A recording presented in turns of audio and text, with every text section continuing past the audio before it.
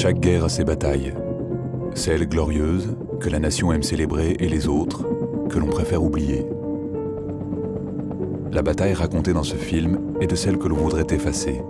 Une tragédie française, couverte par le secret défense. Elle s'est déroulée le 18 août 2008, dans une vallée, quelque part en Afghanistan. Elle a pris le nom de l'embuscade d'Ouzbine.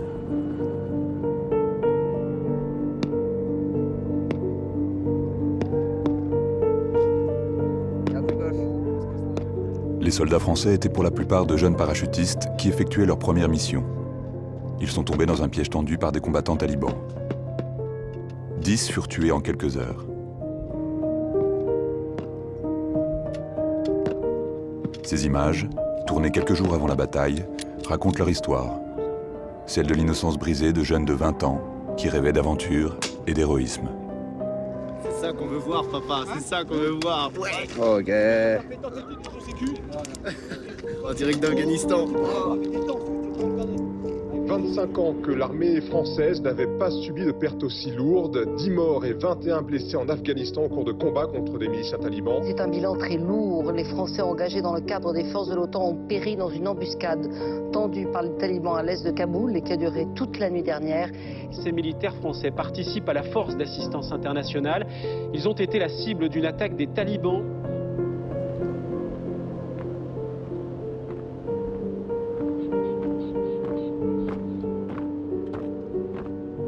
L'embuscade d'Ouzbine est devenue le symbole de la guerre menée par la France en Afghanistan.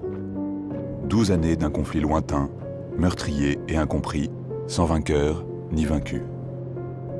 Adjudant Sébastien Devez, sergent Damien Buil, sergent Nicolas Grégoire, sergent Rodolphe Penon, caporal Mélan Baouma, caporal Kevin Chassin, caporal Damien Gaillet, caporal Julien Lepin, caporal Anthony Rivière, caporal Alexis Tahani, j'ai voulu que vos noms soient prononcés dans cette cour, où tant de noms prestigieux furent prononcés avant le vôtre.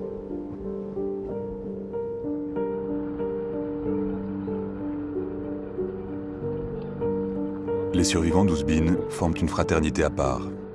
Pour la première fois, certains d'entre eux, ceux qui ont quitté l'armée, acceptent de témoigner. Les autres n'ont pas obtenu l'autorisation de l'état-major. Leurs mots, leurs archives personnelles et les dessins créés à partir de leurs souvenirs nous précipitent au cœur de l'embuscade.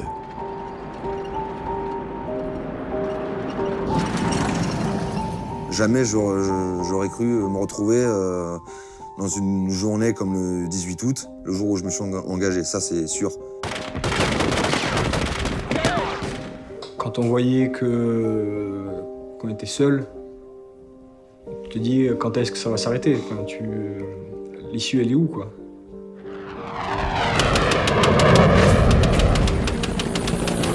C'est la vraie première expérience du feu. La première et la dernière. Des cauchemars, ça arrive encore. Le fait d'y penser, c'est souvent, très souvent, même encore aujourd'hui. De toute façon, c'est partie de notre vie.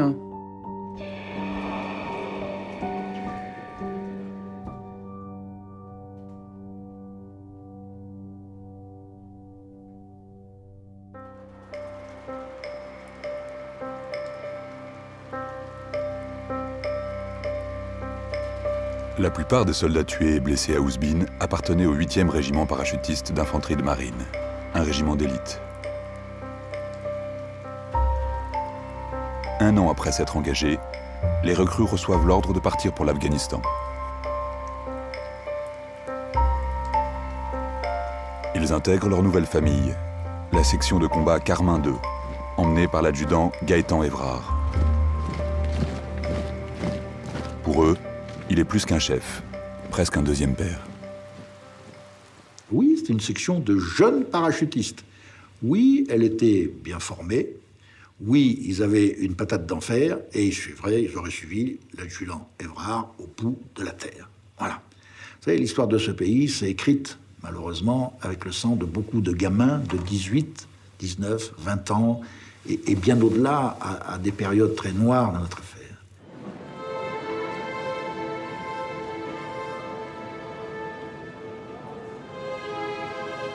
Il y en a certains qui aimaient pas trop, je me souviens aussi, bon, ils avaient peur, ce qui est normal aussi, ce qui est compréhensible, quoi. Eux, ils voyaient plus le côté que c'était quand même assez dangereux. Et puis d'autres, comme moi, je pense, avaient l'envie d'y aller, quoi. De connaître au moins ça, quoi. Le soldat peut avoir peur, mais il le garde pour soi, quoi.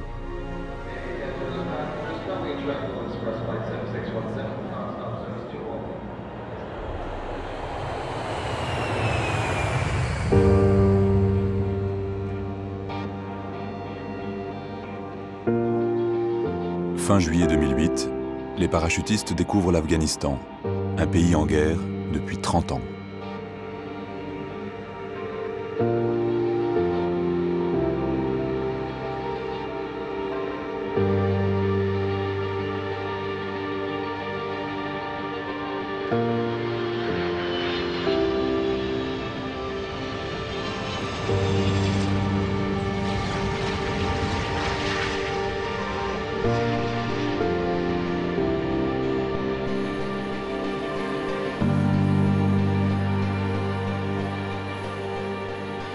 Quand on arrive vraiment sur le tarmac de Kaboul, déjà rien que par la chaleur, on voit qu'on est dans un autre pays, même par rapport à tout ce qui est extérieur.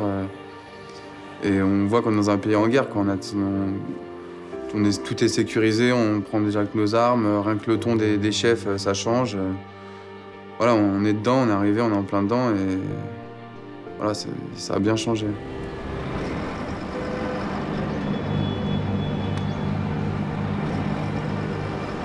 Moi, c'est ce que je voulais, quoi. Quand je me suis engagé, c'était ça que je voulais, quoi. C'était partir en mission, voir du pays. Et puis l'Afghanistan, quand ça s'est présenté, ben, c'était en plus avoir du contact. On se sent très fort, on se sent invincible, on est prêt, il y a une cohésion. Ouais, voilà, on va jouer dans la cour des grands, là. Et puis bon, je sais pas si c'est la bonne manière de le dire, mais on va faire un peu comme dans les films. Un peu comme dans les films, sauf que ça se passe pas du tout comme dans les films, quoi. Le côté choquant, dont moi je me souviendrai en tout cas toujours, c'était de rentrer dans War-House et de voir tous les drapeaux en berne, notamment le drapeau français. Quand on a vu le drapeau à Mima, on s'est dit voilà, il y a des morts, quoi.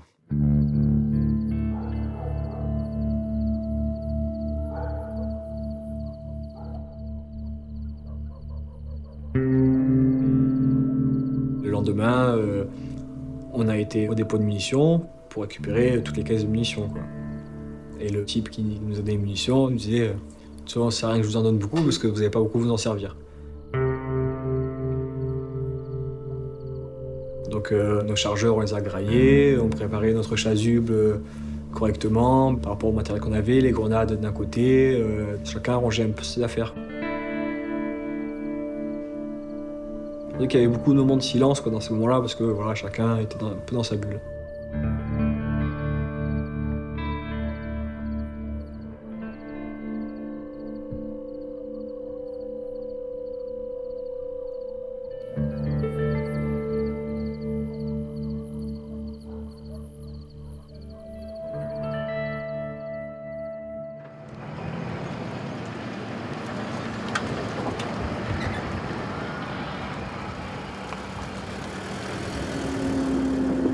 L'été 2008 marque un tournant. Les talibans ont repris l'offensive et les pertes au sein de la coalition internationale s'aggravent. Les soldats du 8e RPIMA passent leurs 2 premières semaines autour de Kaboul. Ils circulent en VAB, en véhicule blindé, et filment leur première patrouille.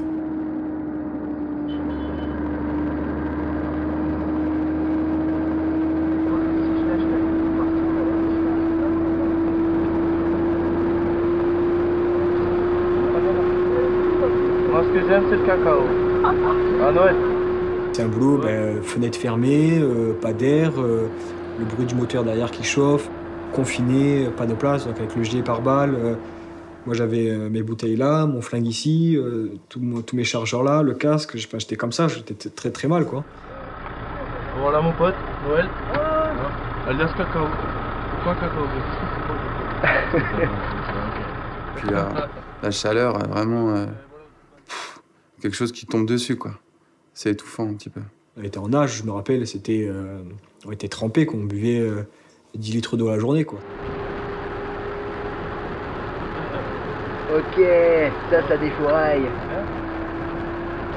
Ça fout plein de taches de sang même.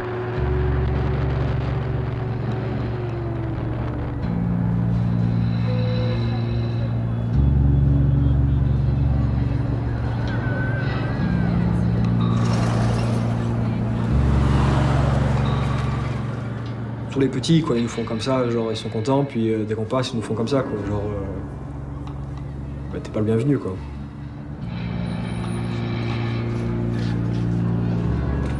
Ah, ça fait bizarre au début, hein. Petit, il a 6 ans, il te dit ça, bon, tu sais que c'est pas lui qui va te faire du mal, mais tu dis putain, lui il me fait ça à 6 ans, qu'est-ce qu'il me veut, quoi. On était sur nos gardes tout le temps, quoi. Et il fallait l'être. Parfois, le paysan de la journée peut être le taliban de la nuit. Tout le problème est là, c'est qu'on ne peut pas le reconnaître, justement. Ils sont déjà, la plupart du temps, tous habillés de la même manière. Ils ont tous leur djellaba, leur pakol, leur barbe, l'habit traditionnel afghan. Donc c'est impossible de faire la différence entre un villageois et un taliban. Impossible.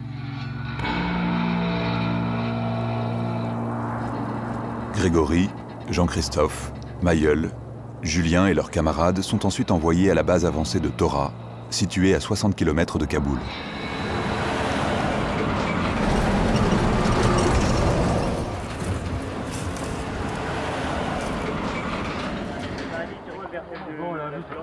Ferme ta gueule. Noël. Ok. Ah. Ok. Je sais pas, mais attends, sur la roche. Pas trop lourd. Ok.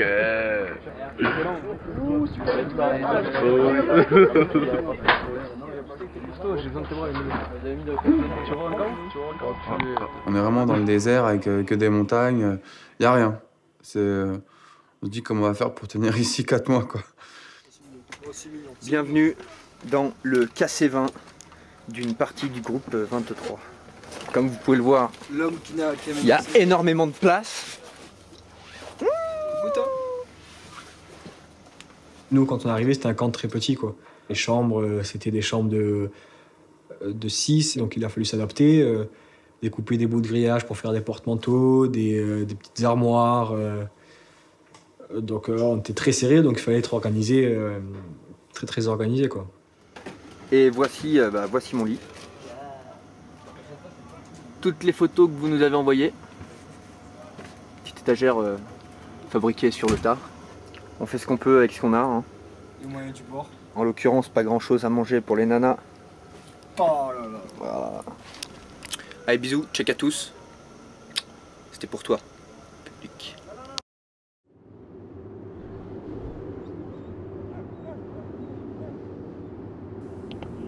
À Tora, les nuits appartiennent à l'ennemi. Les soldats se relayent au Piton, le poste qui surplombe la base, pour monter la garde. Donc on mettait une demi-heure pour monter, le chemin était tracé à la craie parce que c'était miné tout autour, en fait. Donc quand on montait, surtout il fallait faire attention quand on montait de nuit, quoi, surtout. Tout est décuplé parce que c'est la nuit. On sait qu'il y a de l'ennemi autour, que c'est sérieux, donc on ouvre vraiment l'œil. On réfléchit un peu à tout, on se dit, ben, là ils peuvent arriver par où on n'est pas trop serein, quoi. Mais on pouvait ouvrir le feu si besoin était, sans forcément attendre l'autorisation de la haute hiérarchie.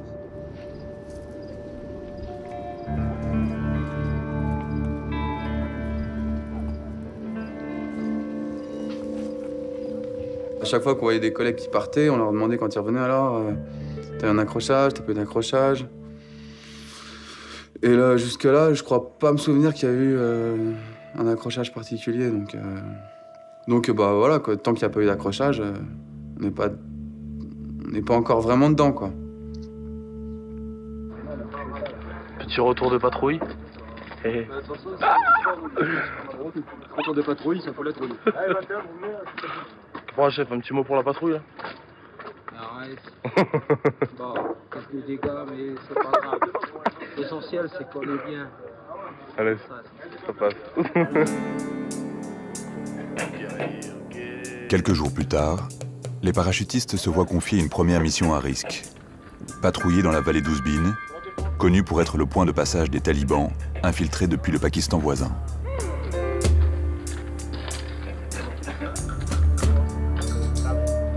Le caporal-chef Buil prend tout notre groupe pour nous expliquer un peu comment ça va se passer, quoi.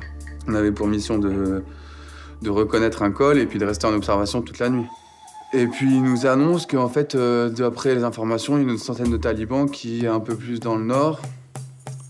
Et nous, on va aller là-bas, donc ça risque d'accrocher, quoi. Enfin, il risque d'avoir un accrochage avec eux, quoi. Avant de partir, cette mission, les gens, il y a eu comme un ressenti, je pense, au fond de la section. Tout le monde s'est dit, cette mission, elle a quelque chose de particulier. Donc je pense qu'il y a beaucoup de monde qui ont appelé leur famille ou leurs copines, pour leur dire pour leur parler, tout simplement.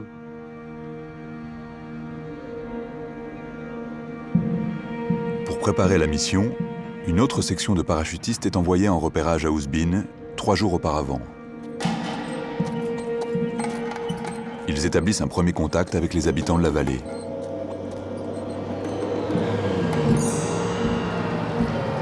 La première personne qui est venue à notre rencontre, c'était un Afghan qui parlait couramment l'anglais, qui se disait de la police, mais qui est habillé en civil, et qui était sans arrêt avec son téléphone portable pendant la première prise de contact avec mon chef de section et moi-même.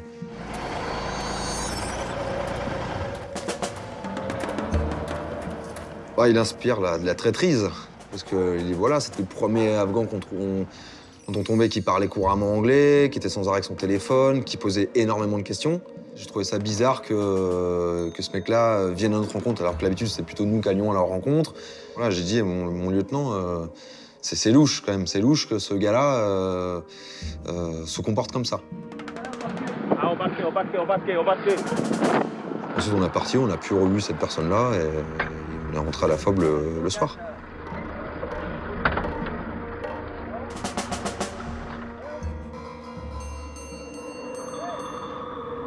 Cette première mission en zone taliban doit durer 48 heures. Comme avant chaque départ, la section vérifie son matériel. Faut que ça bosse là. Hein? Donc là nous préparons les VAP pour partir en patrouille. Voilà comment un Tahitien travaille.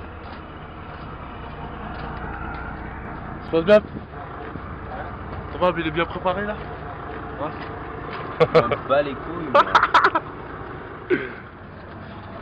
Voilà le groupe 21. Le caporal. Demain. Ça va. Et voilà Richie, le consanguin. Donc le caporal chef Buil. Voilà. Voilà, Pampan. Alias Brahim Assoul. Alias Nino. Sergent. Tahani. Caporal chef. Grégoire, mon chef d'équipe. Voilà. On commence à se préparer, on devait partir assez tôt. On partait avec des troupes de l'ANA, c'est l'armée nationale afghane. On partait aussi avec les régiments du Marche du Tchad, RMT, et aussi avec des Américains. Bon, nous, on était prêts, je sais pas, il devait être 5h, 6h, je sais plus exactement. On était prêts, on attend, quoi. On attend parce qu'il y a des gens qui sont en retard. Là, on commence à ressentir un petit peu que ouais, ça va être chaud et qu'on va devoir être sur nos gardes et faire attention aux uns et aux autres et surtout faire attention à la population extérieure et à l'environnement.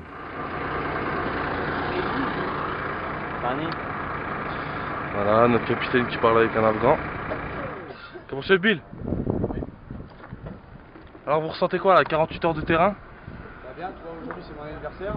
Oh, joyeux anniversaire. Et pour ça, le CO, Faites quel âge? 48 heures 11 minutes. Faites quel âge? 45 ans? 31. À 31. Par contre, autour de la table, je vois 45 ans. À mon avis, on a le visage bien marqué. Oh, vas-y, viens voir. Viens. Bon, explique-nous là ce qu'on va faire aujourd'hui. Ce qu'il y a de bien, Faut tirer le côté positif. Positif. Non, mais en français. En fait, regardez, pour la petite blague, hop, depuis que nous avons dit à l'interprète où nous allions, il n'arrête pas de téléphoner. Non. À mon avis, on est plutôt dans la merde. Sachant qu'en plus, on a dit qu'il y avait des Américains, il avait l'air d'autant plus content. Ouh, génial. Et là, bon, on le prend au sérieux, enfin plus ou moins, enfin parce que bon, c'est vrai qu'il disait beaucoup de conneries, mais là, c'est vrai qu'il était sérieux et puis voilà, enfin, interprète, bon, il était pas, ça se voyait qu'il était pas serein, quoi, donc il posait beaucoup de questions, le temps de la mission, où on allait, qui y avait avec nous, tout ça, quoi. Un petit mot pour ta femme. Vu que tu vas mourir aujourd'hui. Je vais mourir de... Mais je m'occuperai d'elle, t'inquiète. Lettre du fond. Thierry, je t'écris à la lueur des balles traçantes. Le canon qui est à côté de moi m'envoie des douilles brûlantes sur le visage. Mais la douleur est moins intense quand je pense à toi. Bébé, que t'aimes. Alors là-bas, on embarque les mecs, allez. Une heure, fais les manches, on fera les photos plus tard.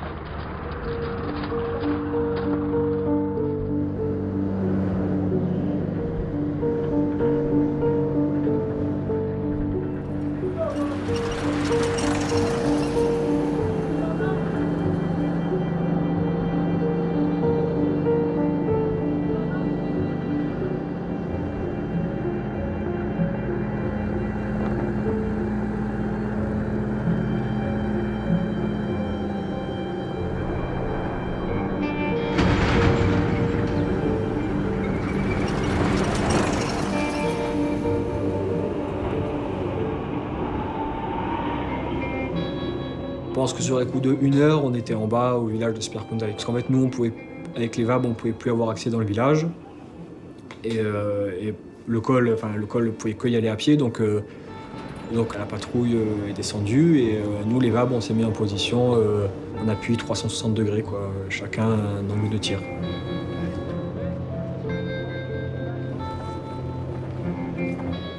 Là, dans le village, on n'était pas les bienvenus, quoi. Les gens nous disaient de partir, ils n'étaient pas contents qu'on soit là. Quand on descend des véhicules pour entamer la reconnaissance du village et la montée, on est environ, je dirais, une petite vingtaine. Donc on commence à monter, on monte en file indienne, on monte, il fait quand même très chaud, quoi, avec le pactage. Dans ma cabine, j'ai la radio à 1 mètre de moi, donc j'entends tout ce qui se dit, quoi. Donc le chef de groupe demande si en bas les VAB nous appuient bien, donc voilà, on répond oui, tout se passe bien. Voilà, on est en mesure de vous appuyer, on voit pas de mouvement, s'il est là, quoi. Donc on est en train de monter, à un moment il y a Noël qui a un coup de chaleur, en fait, comme on dit, il fait caisse, quoi. Avec la température, plus le pactage, il a un coup de fatigue, un coup de chaleur, et donc voilà, on est obligé de s'arrêter. Il y a le caporal-chef qui me demande à moi de rester avec eux. Donc on reste un petit groupe de 4, et les autres continuent leur ascension, quoi. À ce moment-là, en fait, il y a le caporal-chef Pénon qui réhydrate Noël pour qu'il se sente mieux, mais on reste un petit peu pour que, voilà, pour le temps qu'il reprenne ses esprits, qu'il reprenne ses forces.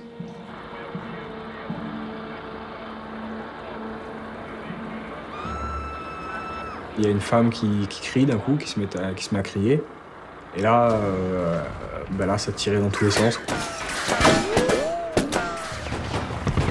Je pensais que c'était une altercation, que c'était un petit groupe qui nous attaquait, et puis bon, voilà, quoi, que ça allait passer. Hein. Et je vois ce roquette qui atterrit juste de 5 mètres derrière moi, et puis là, j'ai un réflexe, hop, je m'affaisse, quoi.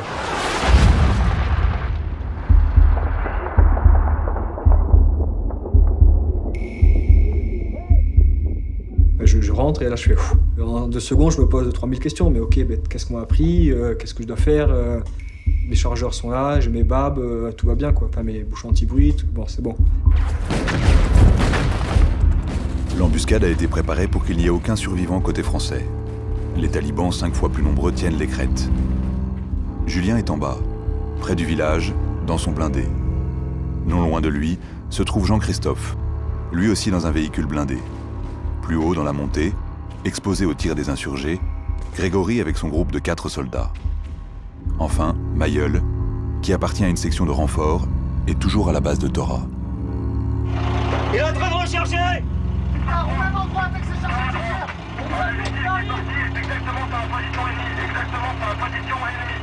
L'adjudant, il dit aux radios, on est pris en contact sur la ligne de crête, il y en a de partout, il faut arroser la ligne de crête. Donc là, toutes les doucettes arrosent la ligne de crête. Ok, canon rechargé!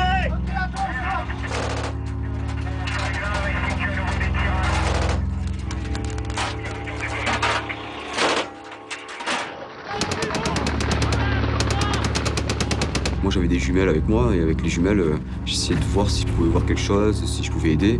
Mais en fait au final ils étaient tellement bien préparés qu'ils avaient construit des genres de caches et juste de quoi mettre leur arme et regarder vite fait quoi.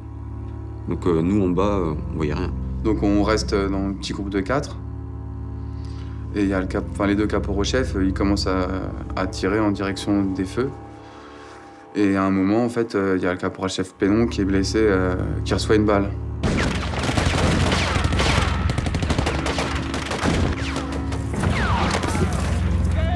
Et notre caporal-chef, il demande à moi et à Noël d'aller le chercher. Donc déjà, ça commence un peu à être les premières appréhensions. On le prend comme on peut pas le prendre par la jambe, mais on le dégage assez vite. Mais lui, il a quand même mal, quoi, parce que sa jambe doit frotter sur le sol. Et donc on le prend, on le tire, mais c'est assez dur. Hein. Enfin, c'est pas aussi facile qu'on peut le prétendre, quoi. Donc on le met à couvert sur l'arbre, on lui fait une piqûre de morphine, et puis on lui donne les nôtres aussi, quoi. Il peut plus marcher, mais il est encore capable de raisonner et de se piquer lui-même, quoi. Et puis après, il y a mon caporal-chef, il me dit ouais, Martin, va chercher l'arme là-bas, quoi. Ah, c'est pas facile, quoi. «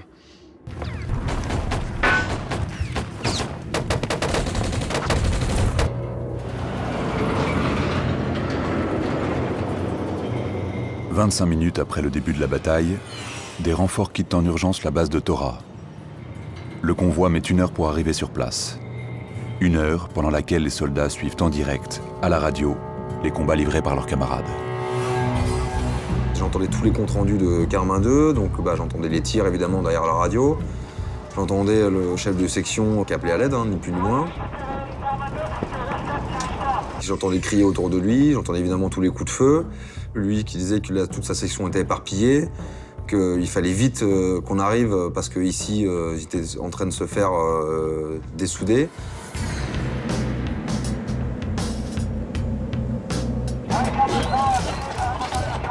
Une camarade en face de moi, plus ou moins, commençait à vomir parce qu'il avait peur, on avait tous peur.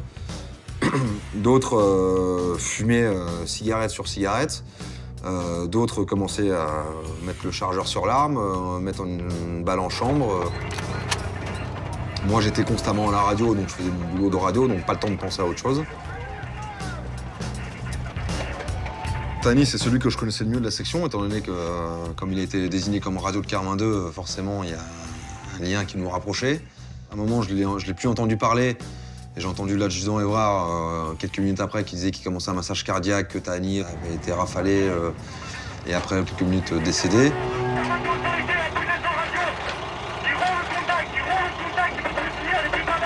Ça m'a fait vraiment un choc, le fait de ne plus entendre sa voix, de ne plus pouvoir lui parler, de me dire que je ne le reverrai plus, je le reverrai plus demain.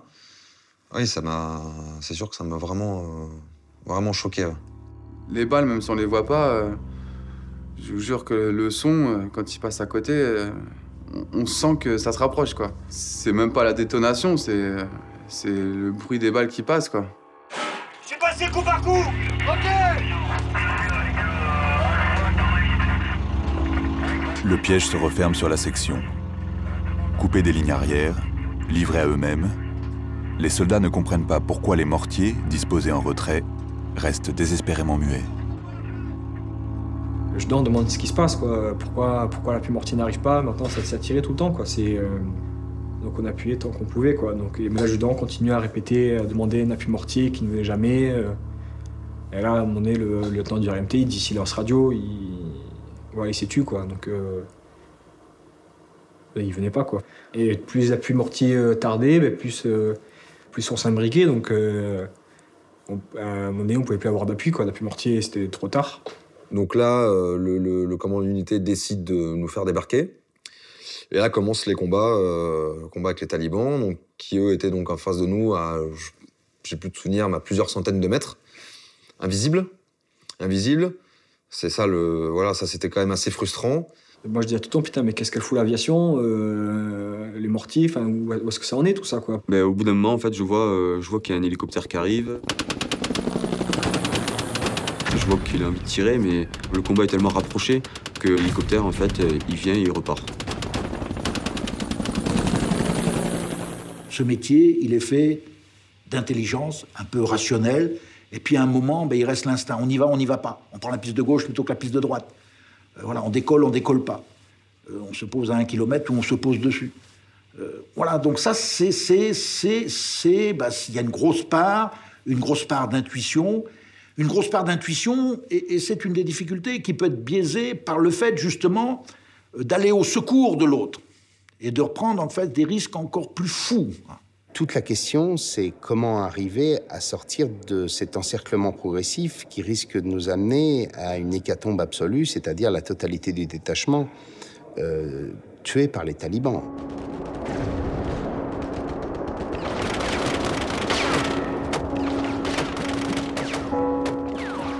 La section Carmin 2 est décimée. Avec l'aide des renforts, l'adjudant Évrard tente de se replier pour sauver parmi ses hommes ceux qui peuvent encore marcher. Évrard, il dit qu'ils vont plus tenir longtemps, que la section est complètement éparpillée, qu'il sait plus où sont ces bonhommes, que lui, il a des morts là, qu'ils essayent de redescendre le col tant bien que mal, mais qu'à chaque fois, quelqu'un se prend une balle dans le corps, qu'il faut vraiment très très vite arriver, intervenir, parce que sinon ils vont tous se faire tuer, quoi. À un moment donné, je vois notre adjudant et qui descend avec d'autres collègues, quoi, et c'est à ce moment où on se rend un peu plus compte de la situation, parce qu'eux, ils étaient avec une grande partie du groupe. Et déjà, quand on le voit descendre, on constate que lui, déjà, est blessé. Et c'est là où on nous apprend qu'on est encerclé, quoi. Qu'il y a des talibans partout et qu'il n'y a personne qui peut venir nous chercher, en fait. Personne ne pourra se mettre à la place de l'adjudant Évrard. Voilà. Et je pense qu'il porte toujours, lui, au fond de lui-même, cette responsabilité écrasante, qui est double, en fait. C'est peut-être, se dit-il, les jours où le positif reprend le dessus. J'ai pris la bonne décision en permettant de sauver et de retirer l'essentiel de ma section. Et puis, finalement, est-ce qu'on n'aurait pas pu faire plus? Mais c'est tout le temps comme ça. C'est tout le temps comme ça. Il vivra avec ça. Donc, la seule chose qu'on peut faire, c'est attendre. Attendre ici, pour l'instant, en ripostant, en essayant de faire baisser les têtes, essayer de repousser l'ennemi qu'on ne voit pas forcément. Et puis, en espérant s'en sortir, quoi. C'est ça, surtout. Donc du coup, à ce moment-là, on se sent un petit peu seul. On se dit, on est seul au monde. Qu'est-ce qu'on va devenir? On va peut-être pas en sortir vivant, quoi. J'ai eu un réflexe à un moment donné, un peu plus tard, quoi, quand la nuit commençait à tomber. Voilà, j'ai pris une balle de mon chargeur, je l'ai mis dans la poche. Je me suis dit, ok, celle-là, elle est pour moi, ils me mourront pas, quoi.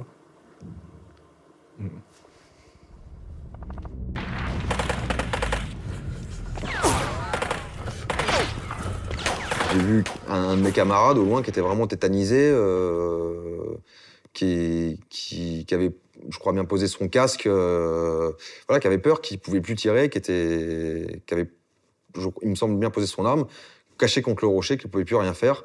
Mais quand on a vu le A-10 arriver, le A-10 c'est un peu notre sauveur, quoi. C'est un avion américain, mais c'est énorme, quoi. Ça fait un bruit monstre et puis ça découpe une montagne en deux, quoi.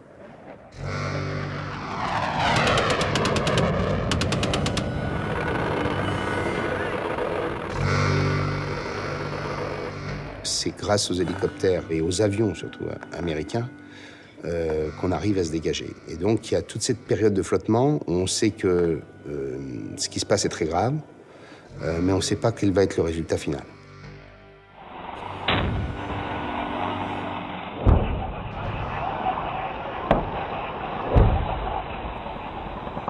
Les bombardements aériens et l'intervention des mortiers en fin d'après-midi changent le cours de la bataille.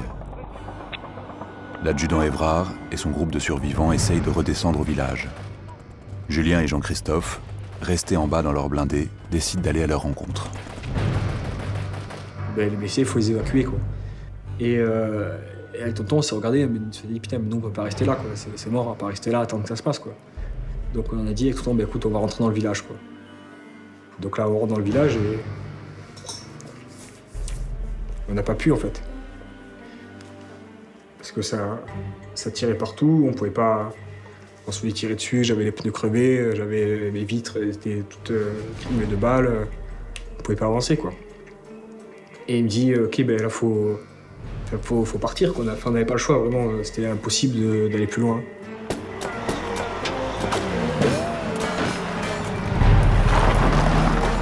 Au recul, il y avait un trou derrière moi fossé, quoi. Tonton, il mettait des coups de rangers dans le casque, mais tu peux pas. Ben, je me suis démerdé, il fallait que je sorte. Moi, je commençais à tomber, quoi, donc il fallait que je sorte de là, quoi. Et là, je fais peut-être 50 mètres et là, je reçois un roquette.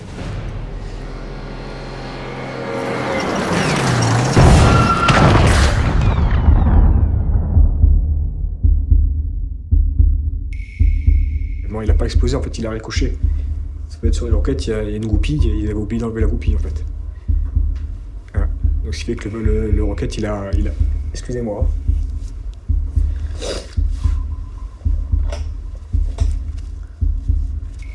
Non, ça va aller, c'est bon. Et c'est bon. Et donc le roquette ricoche sur le véhicule, quoi, en fait. Donc en fait, il tape le véhicule. Bon, ça fait quand même un effet de souffle à l'intérieur, quoi. Et ça fait l'air était tout coincé à l'intérieur, il fallait que ça sorte, quoi. Donc étant donné que c'était les trappes fermées, tout ça, donc moi j'étais on appelle ça blasté. C'est une hémorragie interne, en fait. C'est une surpression d'air et donc moi j'étais plus tout lucide, mon VAB n'avançait plus. J'étais KO complet, quoi. J'étais sourd, je n'avais plus rien. Et là tonton il me dit bah allez, faut qu'on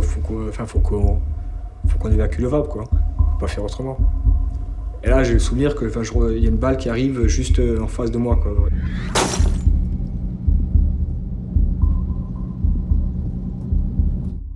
Je suis choqué parce que je me suis dit, ça a été pour moi, quoi. J'ai le réflexe de toucher la vitre, voir, j'étais perdu, quoi. Je me suis dit, putain, mais elle arrive là, quoi, là-bas, à ça de moi, mais il y avait la vitre, quoi, blindée. Et tout le temps, il me tire, papy, allez, faut partir. On part avec l'adjudant et Bichi, qui était déjà blessé. Et puis là, on commence à essayer de rejoindre les VAB, quoi. Enfin, le VAB qui était resté, parce que les autres, ils étaient partis un peu plus loin. À un moment donné, on reçoit l'ordre de partir, mais moi, avec mon pilote, en fait, on entend qu'il y a des camarades qui vont bientôt descendre. Donc, on décide de garder la position, et puisqu'on se dit, on peut pas les laisser comme ça, on peut pas les laisser tomber, quoi. Pendant qu'il y en a deux qui tirent pour faire baisser les têtes, il y en a deux qui avancent. Et ils se cachent, après ils tirent, nous on avance. Et en fait, pendant ce temps-là, je sais pas pourquoi on n'a pas été blessé, mais en fait, les balles, c'était hallucinant, quoi. Quand on courait, il y a des balles partout. Je sais pas grâce à quoi on n'a pas été touché, mais bon. Par contre, il y a l'interprète, lui, qui a été tué pendant cette période. Quand je les vois arriver, je les vois, ils sont blessés, ils ont l'air fatigués. Je vois qu'ils ont vécu l'enfer là-haut, quoi. Moi, avec mon pilote, on prend la route, on fait peut-être un quart d'heure de route. On nous tire dessus, on voit les... J'entends des impacts de balles sur le VAB, c'était dur. Et en arrivant sur la zone d'extraction, les blessés sont sortis, j'ai crié qu'il y avait des blessés, mais on ne réalise pas trop tout ce qui nous arrive.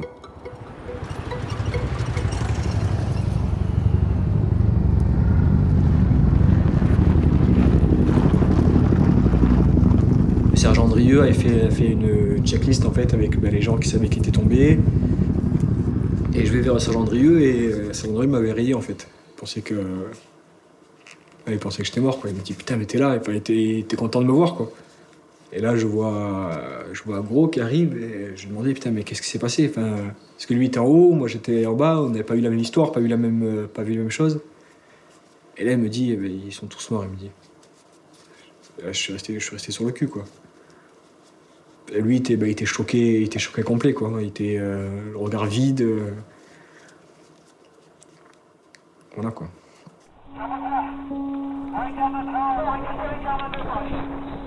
À la nuit tombée, le bilan de l'embuscade n'est pas encore connu.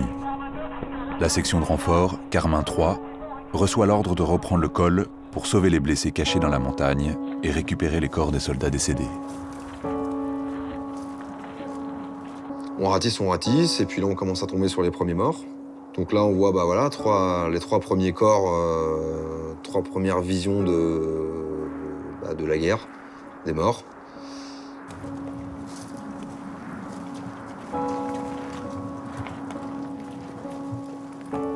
Surtout moi la vision de Tani m'a fait un choc parce que c'était un des ceux que je connaissais le plus de Carmin 2. Donc voilà, et en plus ayant suivi un peu ces combats l'après-midi, le voir là maintenant face à moi, 3 cm de moi, couché au sol, la bouche ouverte, les mains crispées et dépouillé de tout son matériel, bon, c'était vraiment dur. Avec du recul, on se dit que à leur place, on aurait fait pareil. Se battre en tongs, le premier soldat que tu tues, tu récupères son matériel sur lui. On aurait fait la même chose. Mais c'est vrai que sur le coup, c'est marquant, c'est impressionnant. Il y a de la rage, il y a l'esprit de vengeance, il y a tout un tas de choses. Voilà, on est un peu perdu, quoi. Et donc là, on est évacué sur le camp Wehrhaus, donc à l'hôpital, quoi. Moi, j'étais totalement perdu, quoi. J'étais totalement sonné. J'entendais rien, on parlait, je voyais qu'une bouche qui bougeait, quoi.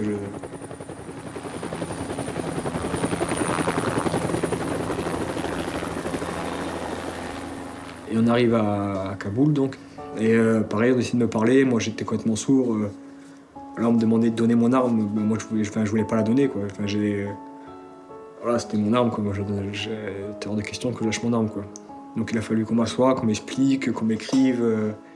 Comme quoi, il fallait que c'était fini, qu'il fallait que je rende mon arme. Mais non, voilà, ils ont dû mettre 10 minutes à m'expliquer qu'il fallait que je lâche mon arme, quoi.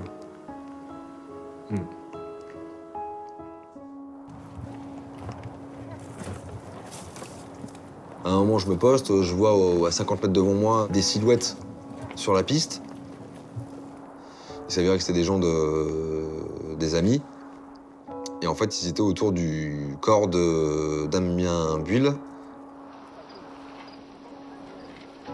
J'avais discuté le matin même avec lui, au moment du petit déjeuner, avant qu'on parte en patrouille. Il venait d'avoir sa femme au téléphone qui lui annonçait que ça allait être un garçon ou une fille.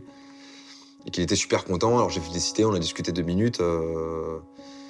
Voilà, il me semble que c'était le jour de son anniversaire en plus. Et ensuite, le dernier, celui avec qui j'étais allé à la messe la veille, Julien Lepin, qui était quasiment arrivé sur le col. Et voilà, avec une balle dans la tête et une balle dans la jambe. Tout seul, rien autour. Que du sable, que de la roche autour, pas de végétation. Puis pareil, comme les autres, dépouillé de tout le matériel. Donc on a remonté tous les corps, on a aligné les corps qu'on avait trouvés. Et là on a fumé, je crois que j'ai fumé un demi-paquet de cigarettes avec mes camarades autour d'eux. Ils étaient vraiment assis, j'étais assis contre eux, quoi.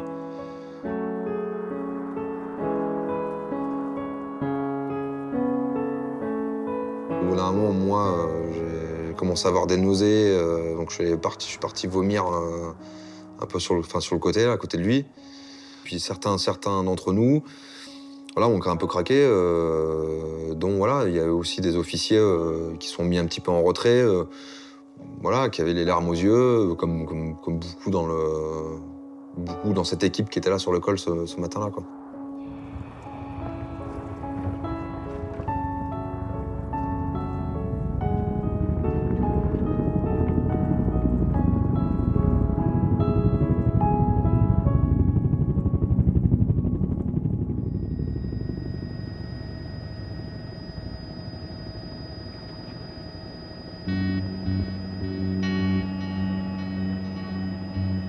Le lendemain, le président débarque à Kaboul et découvre le prix payé par les jeunes parachutistes. «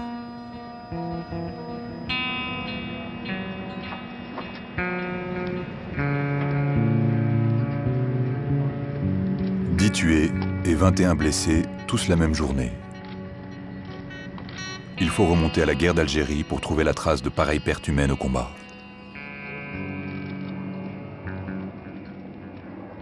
Mon souvenir réel, c'est un président de la République fâché, ça c'est clair.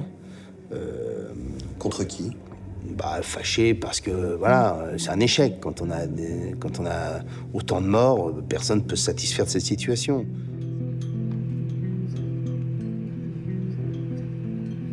Face parfois au silence ou aux approximations, on avait un chef de l'État qui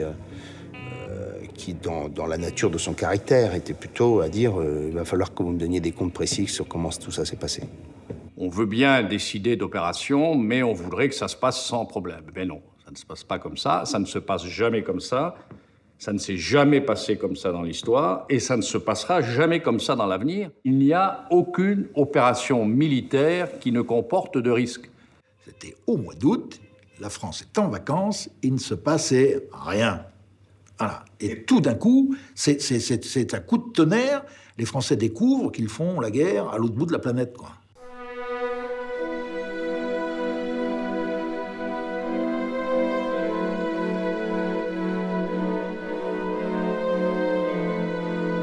La guerre française en Afghanistan a désormais un visage, celui des familles des soldats tombés à Ouzbine. Mais derrière leur souffrance pointent déjà les premières questions. La hiérarchie militaire a-t-elle commis des erreurs ou des fautes? L'armée française était-elle prête à affronter ce type d'insurrection? La bataille quitte le terrain militaire pour devenir un enjeu national. L'embuscade devient l'affaire d'Ouzbine.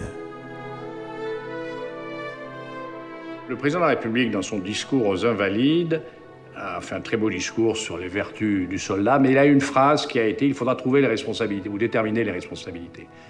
Là, vous rentrez dans le fait divers. Et ce n'est pas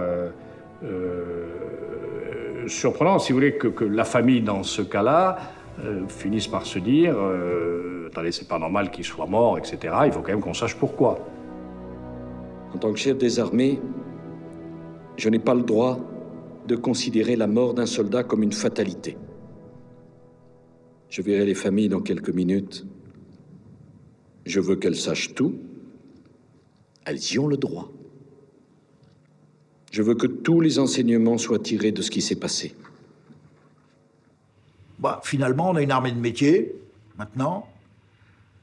Et finalement, il y a un espèce de lien qui s'est fait assez rapidement, métier, travail.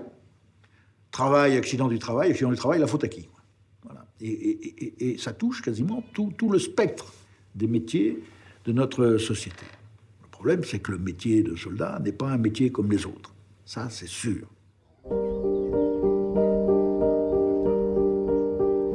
Chantal et Jean-François sont les parents de Damien Buil, l'un des soldats morts dans la vallée d'Ouzbine le jour de son anniversaire. Avec 6 autres familles, ils ont décidé d'attaquer en justice les officiers supérieurs pour non-assistance à personne en danger. Ils les accusent d'avoir mal préparé la mission et d'avoir envoyé des soldats mal équipés en première ligne. Avec Ouzbine, pour la première fois, l'armée française se retrouve sur le banc des accusés. Et c'est la justice civile qui est saisie de l'enquête.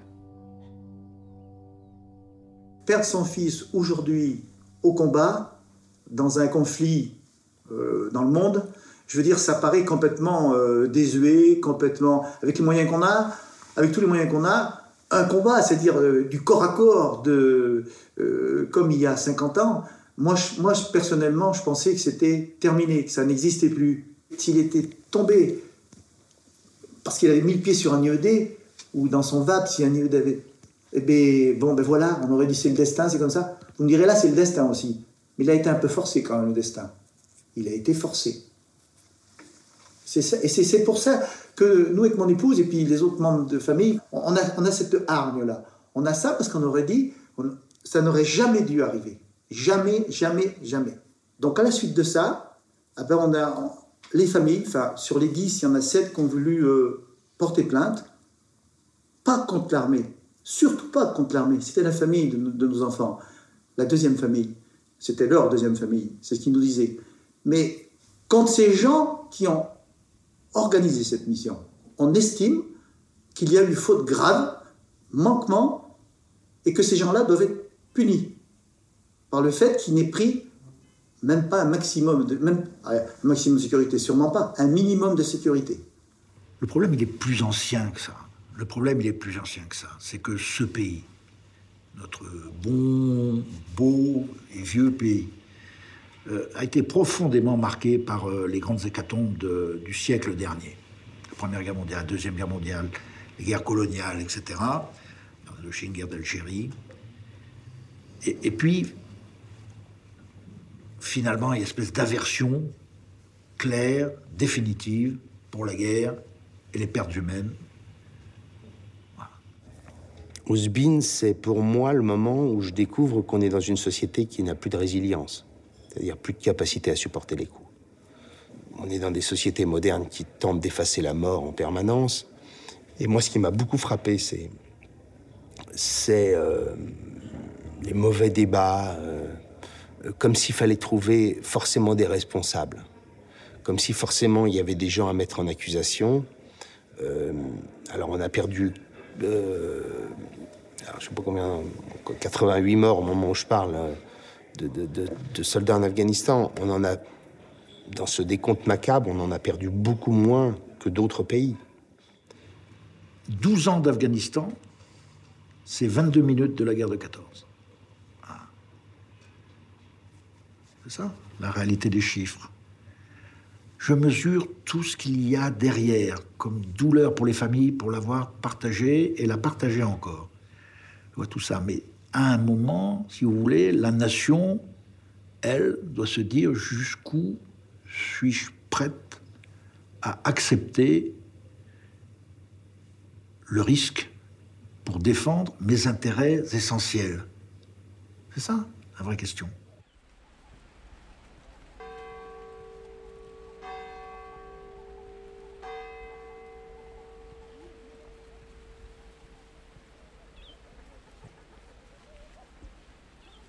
Nous n'avons pas fait inscrire mort pour la France. Parce qu'il n'est pas mort pour la France. Je regrette beaucoup. Il est mort pour la paix dans le monde. C'est tout à fait différent. Moi, je me suis heurté avec des gens parce qu'ils disent qu'ils sont morts pour la France. Mais non, je regrette. Ils sont en Afghanistan, ils ne sont pas morts pour la France. Mort pour la France, il faudrait que ça soit en France ou un territoire français autre que la France, quoi. Hein. Mais ce n'est pas le cas. Alors on dit la défense de la patrie, mais qu'est-ce qu'il faut en Afghanistan? Je crois qu'il va falloir que tout le monde comprenne, un jour ou l'autre, que la sécurité des Français, ce n'est plus le précaré de Vauban. Ce n'est même plus l'Europe élargie à 27. Non. Aujourd'hui, la sécurité des Français, elle s'entend au plan planétaire. Avec du recul aujourd'hui, le fait que l'armée française évacue l'Afghanistan, qu'on tourne la page de l'Afghanistan, tu te dis quoi, hein? Tout ça pour ça. On serait pas venu, ça aurait été pareil, quoi. Donc, est-ce que mes potes sont morts pour une cause juste ou non? Enfin, je pense pas, moi. Ça, je préfère pas y répondre. Pour moi, ils sont pas morts pour rien.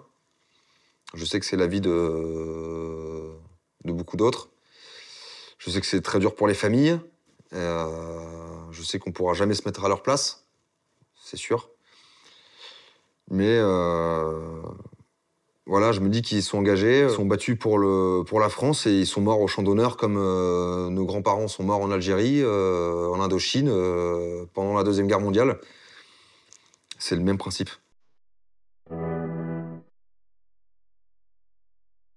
L'embuscade d'Ouzbine a finalement précipité le retrait des forces françaises d'Afghanistan.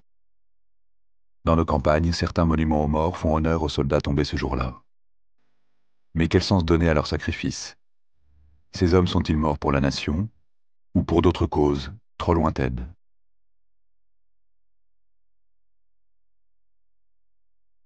Faute de réponse, le souvenir d'Ouzbine nourrit un sentiment de colère chez les familles, d'injustice chez les généraux et d'amertume chez les survivants. L'opinion publique, elle, a oublié. Pourtant, cette bataille annonce sans doute les sacrifices des prochaines guerres.